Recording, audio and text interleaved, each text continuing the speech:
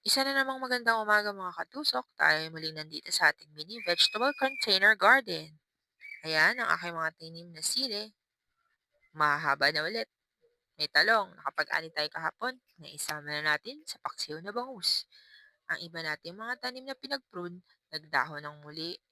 Napakabisa talaga ng pruning mga katusok. Mabilis na mumunga. Ayan ang ating mga kamatis kasing laki na ng holen. Ilang panahon na lang ang mga talong. Maani na muli. Meron tayong siling labuyo at ang ating okra malapit ng mamulaklak. Ayan, sa isa pang timba, meron tayo ulit puno ng talong at may bunga na rin. At sa tabi niya, ayan, ang pipino. May maliliit na rin na bunga. 'Di ba? Ang saya-saya. Nakakatuwa talaga mga katusok pag namumunga ng ating mga pinagpapaguran. Pinaglilibangan lang yan sa tuwing umaga. Kaming dalawa ng bunso ko magkasama. Ayan ang tinapon kong melon, gumagapang na. Oh, eto tayo ngayon, ang inyong madiskarteng nanay. Nagsasabing magtanim na rin kayo mga katusok. Bye!